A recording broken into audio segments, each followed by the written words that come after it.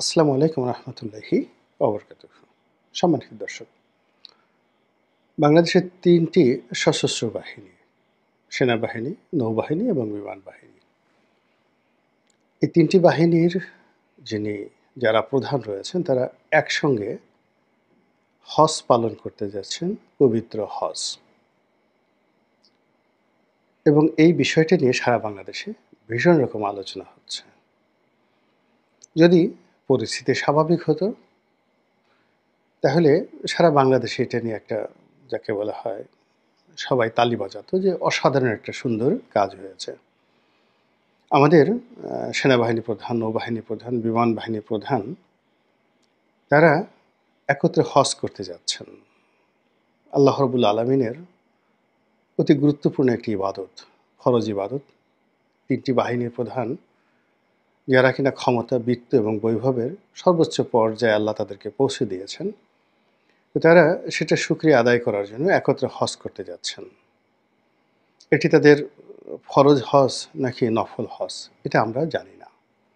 অর্থাৎ তারা প্রথমবারের মতো হজে যাচ্ছেন কিনা, বা আগে গেছেন এইবার তারা একত্রে যাচ্ছেন, সেক্ষেত্রে নফল হবে, তা আমরা জানি না।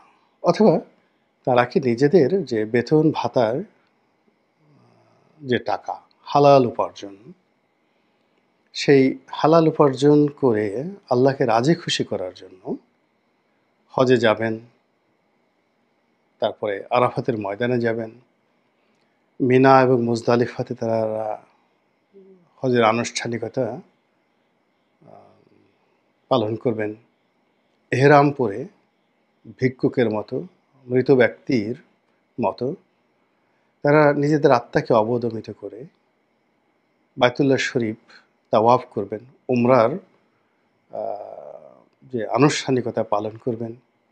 আর ৩ বাহিনী প্রধান লেফট রাইট এগুলো বাদ দিয়ে লাব্বাইক আল্লাহুম্মা লাব্বাইক, লাব্বাইক লা শারিকা লাকা লাব্বাইক, ইন্নাল হামদা ওয়া নিয়ামাতা লাকা ওয়াল মুলক লা শারিকা লাক, এই কথাগুলো বলবেন।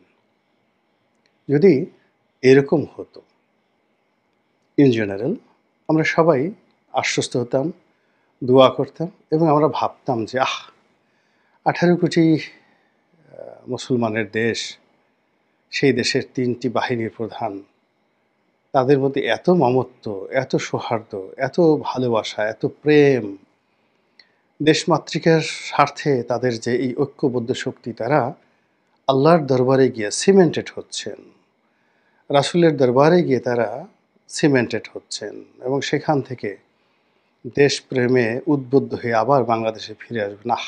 এরকম ভালো মানুষ আর পৃথিবীতে হয় না। কিন্তু সেই ঘটনা নয়। বাস্তবতা হলো যে আমরা এই ৩ জন ব্যক্তির হজে যাওয়া নিয়ে আতঙ্ক অনুভব করছি। নানা রকম বিতর্ক করছি। অনেকে সন্দেহ করছি, অনেকে টিটকারি করছি। তো এই বিষয়গুলো নিয়ে দেশের বাইরে থেকে যারা খুব সহজে বলতে পারেন, আমি সেভাবে তো দেশে বসে যেহেতু ইউটিউবিং করি, আমার পক্ষে সেভাবে বলা সম্ভব নয়। আবার এই যে ৩টি বাহিনী প্রধান, তাদেরকে অসম্মান করে অনেকে অনেক বক্তব্য দেন। কিন্তু আমি নীতিগতভাবে এখন পর্যন্ত কোনো সম্মানিত ব্যক্তিকে অসম্মান করে একটা উফ শব্দ উচ্চারণ করিনি এবং করব না। এমনকি যারা বাংলাদেশের জন্য, বিশেষ করে যারা মুক্তিযোদ্ধা আছেন, বিভিন্ন সময় আন্দোলনে যারা শহীদ হয়েছেন, এ জাতি বিনির্মাণে যারা খুব গুরুত্বপূর্ণ ভূমিকা পালন করেছেন, বিশেষ করে জুলাই আগস্টের যারা বিপ্লবী রয়েছেন এবং এখন যেমন মাহফুজ সাহেব আছেন, তারপরে সার্জিস আলম সাহেব আছেন, নাহিদ আলম সাহেব আছেন। তো ওনাদের সম্পর্কে আমি যথেষ্ট সম্মান রেখে কথা বলি। আমি কখনই তাদেরকে তুচ্ছ-তাচ্ছিল্য করা তো দূরের কথা, তাদেরকে নিয়ে কোনো সমালোচনা করি না।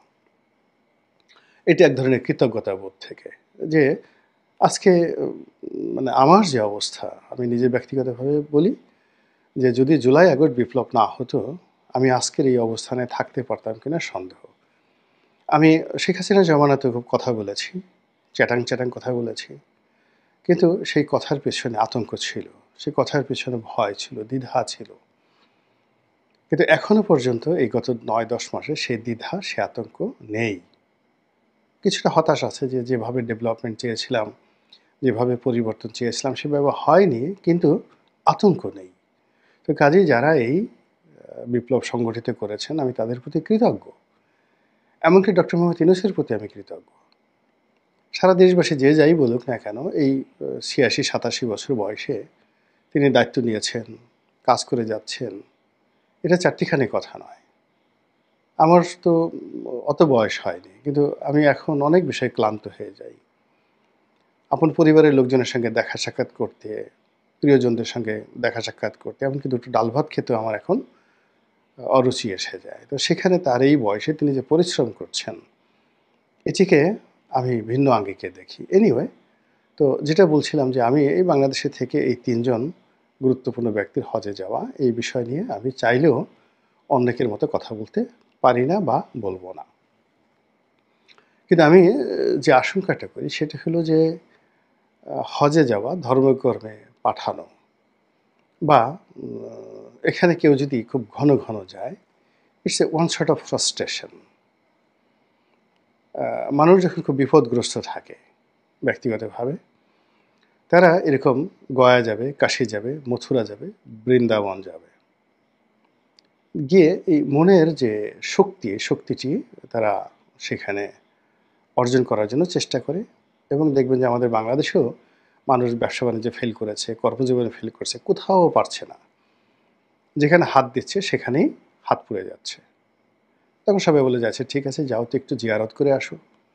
শাহজালালের মাজারে যাও, আজমির শরীফে যাও, মক্কা মদিনা যাও, উমরা করে আসো। এগুলো আমাদের সমাজে অ্যাভয়েলেবল। তো সেই দিক থেকে এই ৩ বাহিনী প্রধান তারা যদি তাদের নিজেদের এই অবস্থা অন্য সবার মতো হয় এবং সেটা কাটানোর জন্য হজ করতে যান, তাহলে আমার প্রশ্ন আছে। ২ নম্বর হলো যে তাদেরকে যদি সরকার পাঠিয়ে থাকে যে ঠিক আছে যান আপনারা ঘুরে আসেন, এটার মধ্যে অশনির সংকেত আছে। আপনারা জানেন যে যখন রাষ্ট্র ক্ষমতায় কোনো ব্যক্তি বসেন এবং রাজা, মহারাজা তারা কোনো ক্ষমতাধর লোকদেরকে পছন্দ করছেন না। পছন্দ করছেন না অথচ তাদেরকে মারতে পারছেন না, তাদেরকে ক্ষতি করতে পারছেন না, জেলে পুরতে পারছেন না। তখন তাদেরকে ২-৩টা অপশন দেন। একটা হলো যে আপনি কালাপানিতে চলে যান, আপনার পছন্দ মতো বিশ্বের যেকোনো দেশে আপনি চলে যান, নির্বাসনে যাওয়া। এবং ১৯৮০ থেকে এই পর্যন্ত, ইভেন ৭৫ থেকে এই পর্যন্ত আমরা এভাবে অনেক লোককে দেখেছি নির্বাসনে পাঠাতে। আমাদের এই রাষ্ট্রই তাদেরকে পাঠিয়েছে। এরপর